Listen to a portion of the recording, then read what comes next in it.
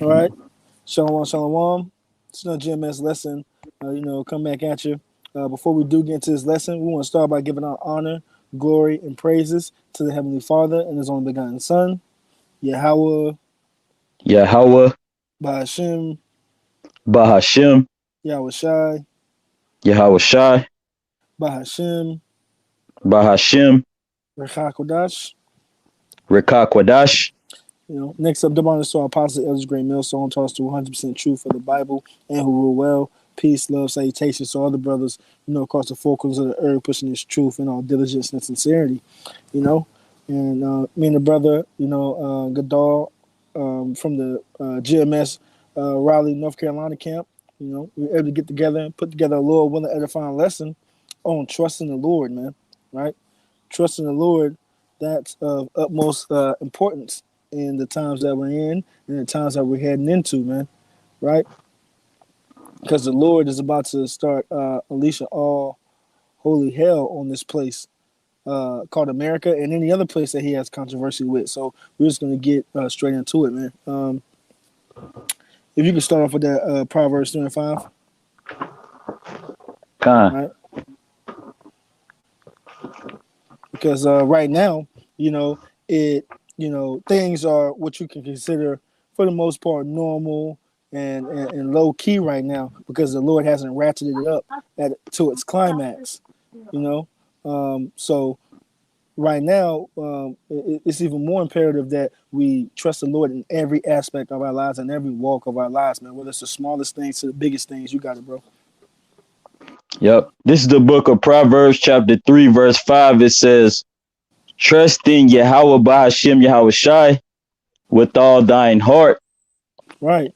Trust in the Lord with all thine heart. The Lord Yahweh Bashim Yahweh Shai with all thine heart. That word heart goes back to the Hebrew word lab, which means your mind, right? So, because your mind is what you use to make decisions, to make choices, right? That's what wisdom is. Wisdom is the good choice, right? And the good choice is to follow after the ways of Yahweh Bashim Yahweh Shai. That's showing forth your trust in him, right? You got it. It says, and lean not into thine own understanding. Right. So when you step away from the ways of Yahweh Bashim Yahweh Shai, you're leaning onto your own understanding, what you feel is right? What you feel, what I'm saying, what's good or what's to be done. But really, we're supposed to give everything up to the Lord, man. Um, if you can do me a favor, real quick, bro. I didn't have you write it down, but if you can get Jeremiah 17:9 real quick, Khan. right? Just going into right, leaning onto your own understanding, man, because man is wicked. The Most High has the plan. The Most High has everything already figured out, man. Right, and He gave us the script. All we gotta do is follow the script, man. Following the script by how? By following the law, statutes, commandments, right? You so-called Negroes, Latinos, and Native Americans, keeping them to the best of your abilities, following after the ways of Yahweh Shem Yahweh Shai, staying on track, man. Any other way, anything contrary is a way unto death, man. Yep. This is the book of Jeremiah, chapter 17, verse 9. It says, the heart is deceitful above all things and desperately wicked. Who can know it? Right? The heart is the heart is deceitful above all things. Your own mind, right? Your thinking piece, right? That's deceitful above all things, man. Brothers going to it all the time, man. Your biggest enemy in this thing, your biggest enemy in this battle, in this truth, right? In this walk is yourself, man. Right? So you have to, because brothers, get to a certain point, you know, speaking to ourselves first and foremost, that you think that you got it, right? You think that you know everything, but no, really, it's the Lord that's in control of everything, right? We have to always come back to that to keep us grounded, to keep us level, because once you start getting puffed up or thinking that you know something, you gonna start going off, man. Um, yep, and it says, "And desperately wicked, who can know it?" You don't even know your own mind, man. Right? So, just like I said, man, through the Spirit, you got to keep that tunnel vision on the way to the Lord, because once you go out, once you go off, you know, that's it. Right? You're gonna start going down the path of no return. So now we can jump back to Proverbs 3 and 5. Right? You want that Proverbs 3 and 5? You want it from the top? Well, you can start at verse 6. Kind. Yep. This is Proverbs chapter 3, verse 6. It says, in all thy ways acknowledge him, and he shall direct thy paths. That's simple and plain right there, man. In all thy ways, acknowledge him. It don't matter if you're talking about your bills. It don't matter if you're talking about an illness, a sickness. It don't matter if we can, the brother Kabad, big bro in our camp, he always say, it don't matter if it's a bowel movement, man. You pray to the Lord that it come out smooth and fine, man. Because if it was up to the Lord, he can have your whole body shut down if you want to. He can have the smallest things be the end of you, man. So from the smallest things to the greatest things in your life, you acknowledge the Lord in all your ways, and what? He would direct your paths, right? And if you believe that the Lord, that he's in control of everything, then you know he's going to stay true to his word, man, to what's written, man. As long as we stay on the path, man, that's the fast track to what? The kingdom of heaven, man. The kingdom of salvation, deliverance. You got it, verse 7. Yep. This is the book of Proverbs chapter 3, verse 7. It says, be not wise in thine own eyes. Fear Yahweh Bahashem Yahweh Shai, and depart from evil. Stop thinking that you know everything. Don't be wise in your own eyes, right? We just read that the mind is deceitful above all things, man. Stick to the script, man. Be not wise in our own eyes. Fear the Lord. Fear the Lord is wisdom, right? The fear of the Lord, that is wisdom, and to depart from evil is understanding, right? Job 28 and 28, right? Once you fear the Lord, that's that wisdom, that's that good choice. What's the good choices? Those good choices are incorporating the ways of the Lord in your everyday life, man. Because once you depart from all the evil things of the world, you show forth your understanding that what you understand that the Lord is in control and following after him, that's gonna get you where you need to go, man. And anything else contrary is gonna set you back, man. It's gonna point you in the direction of death, right? You can get that Psalms 55. Okay. This is the book of, you said Psalms 55 and 9? And 22. 22, Salakia. It says, this is the book of Psalms 55, verse 22. It says, cast thy burden upon Yahweh Bahashem Yahweh Shai, and he shall sustain thee. Mm-hmm. He shall never suffer the righteous to be moved. Cast thy burden upon the Lord, and he shall sustain thee. It's written, right? If you can go ahead and grab 2nd Ezra 15:2, it's written, man, right? These words in the scriptures, if it's here, that means they're true, man, right? So what?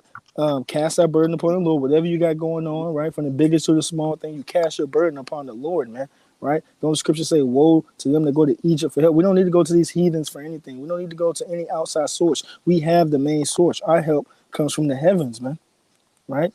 So with that being said, to cast your burdens upon the Lord, and he shall sustain thee. He will never suffer the righteous to be removed, man, right? And who are the righteous? Of course, it's the Israelites, but deep down, on a deeper level, is the elect, right? Lord willing, will be a part of that number. The Lord is not going to let those, as long as we stick to the script, the righteous are going to be doing what pleases the Lord, man. Going to be obedient towards the Lord, man, right? He's not going to suffer those to be removed, man. He's not going to allow anything to happen to those who are diligently seeking him and doing what's pleasing unto him, man. Right? Being obedient, fearing him, right? You got it.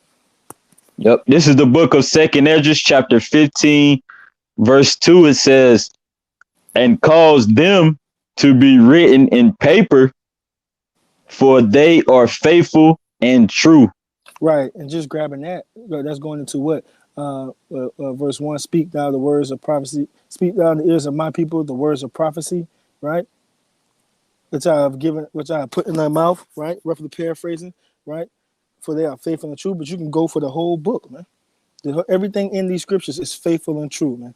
From Genesis all the way to Revelation and everything in between, man. Right? So when we say cast your burden upon the Lord and he shall sustain thee, that's true. When we grab Numbers 23 and 19 and we say that the Lord is not a man that he shall lie, right? That's true, right? When you say trust the Lord, acknowledge him in all your ways, and he shall direct your paths, right? That is faithful and true, right? All we got to do is put our full faith and trust in Yahweh B'Shem Yahweh Shai without no doubt, man, right? And if you get Sirach 2 and 13, right? Because that's a big part of it, having no doubt whatsoever, right? Having you going out believing and doing what you're supposed to do, but in the back of your mind you got a backup plan just in case this thing don't work. No, you got to give everything up to the Lord. Give all your trust. Put all your eggs in this one basket, man. Right? It's Well, yeah. This is as a matter as a matter of fact, because I asked you to get 2 and 10, right? You might as well just read through it. It's like it. okay. Start at 10. Baba Kashan. It says, this is the book of Sirach, chapter 2, verse 10. It says, look at the generations of old and see, did ever any trust in Yahweh Bahashem Yahweh Shai and was confounded? Or did any abide in the fear in Salaki, or did any abide in his fear and was forsaken? Or whom did he ever despise that called upon him? Right. So you're looking at an account that shows a sincere, because we're talking about the Israelites, you so-called Negroes, Latinos, and Americans, a sincere man of the Lord, or any believer of the Lord that was forsaken for fearing him, which means being obedient, right? Who trusted in him, which is being obedient, following after his ways, right? Calling upon his name, right? Who in the scriptures did the Lord ever forsake or confound or made look dumb, right? That truly trusted in his name, that truly trusted in his power, right? Nowhere. We'll wait. We'll be waiting here forever before you can find an account where the Lord, did such things, man. But he hasn't, because he's not a man that he should lie. You got it. Yep. Verse 11 says, for Yahweh Ba'ashem Yahweh Shai is full of compassion and mercy, long suffering, and very pitiful, and forgiveth sins, and saveth in time of affliction. That's right. And we're in our time of affliction. We're in captivity. And the Lord is showing us compassion. He is showing us mercy. How? By having what? The men of the Lord out on the highways and byways, preaching this word, giving out this warning before all hell and destruction breaks loose, right?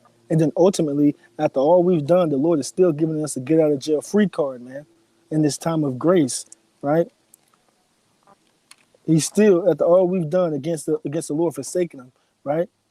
He's still offering us salvation and deliverance, a way out, man, from this hell, this captivity that we're in, man. So it will behoove you to take this time to truly show the Lord that you trust in him and that you believe that he is, man, because he is a rewarder for those that diligently seek him, man, right? And he'll do the things that are pleasing to him, right? You got it, bro. Yep. Verse 12 says, woe be to the fearful hearts and faint hands and the sinner that goeth two ways. That's right. Those, the faint hearts, the weak hands, those who ain't really in this thing, those who ain't really working towards the prize, man. We're working for the kingdom of heaven, man. So we can't have no half steppers, no people who got they left foot in the door, right, and then they right foot still in the world, man. Left foot in the truth, right foot in the truth, left foot in the world, man. No half steppers, no double minded men. You gotta have those believers, men, women, children, right? Have to be head forward, tunnel vision, straight, right? No other distractions, no other obstacles in the way, right? You got it, bro. Yep. Verse 13 says, woe unto him that is faint hearted, for he you got it. Yeah, it says for he believeth not. Yep. Woe to him. That means death and destruction. Death and destruction for him who is faint hearted. Faint meaning weak, hearted meaning minded. Weak minded in this truth and this faith, who don't really believe, man. Because if you don't really believe in the Lord, you will not be defended. Did you get to that part? Nah. What is that in the same verse? Kind. You got it. Yep. It says, therefore shall he not be defended. Right. All the men of the Lord, son of the apostle, Elder Great Millstone, all the way down to sincere brothers on down. Like I said, I was telling you all the times to come, perilous times, the plagues that the Lord is going to bring, the sword, the famine, death, and destruction, all the things that we tell you is going to happen, you will not be defended if you are half stepping, right? If you got in the back of your head that this might not be the truth, or you ain't really believing, or you don't have that solid foundation in the Lord, man. The Lord ain't gonna save anybody who is 50-50, 75-25, 60-40. No, you got to be 144% in on this thing, man. Chips all in on the table, man. Eggs all in the basket, man. Ready to roll, man. Ready to go, right? With anything that the Lord has planned, man. Right? So, with that, I'm gonna go ahead and close it out. Giving peace and love to the elect. Shalom. Shalom.